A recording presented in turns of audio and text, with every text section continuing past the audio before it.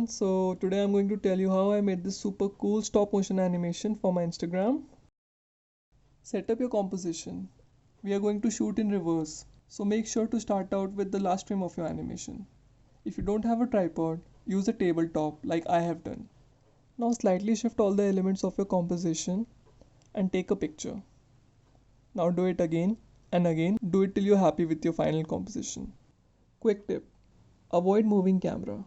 This can create jerk in your animation. Click the last frame of the animation without the flower. Also click an individual picture of the flower. We can easily make the PNG of this flower in Photoshop. Open Premiere Pro. First thing, go to the edit preferences and timeline. Now change the still image default duration to 2. Click OK. Now drag and drop the image sequence to your timeline. You will have something like this. Select all frames and shift it forward in timeline. Select the first frame and extend it a bit. Now drag and drop the image without the rows at the end of the timeline and extend it as well.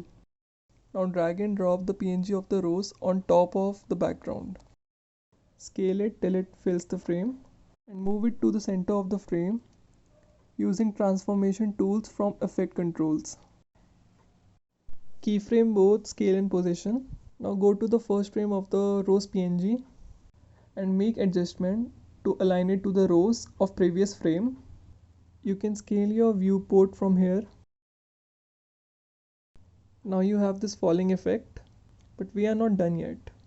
Go to effects, type blur and find Gaussian blur. Drag and drop it to the PNG. Now find a frame where entire rows is visible and keyframe blurriness. Now go to the last frame and change blurriness.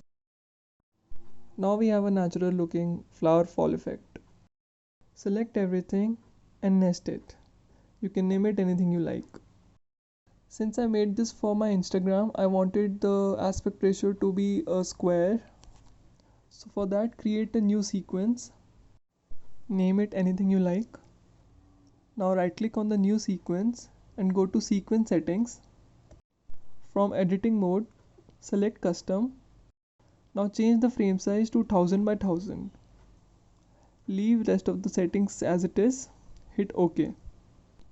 Now drag and drop your image sequence to the timeline. Click on keep existing settings. Now select the nested sequence in the timeline.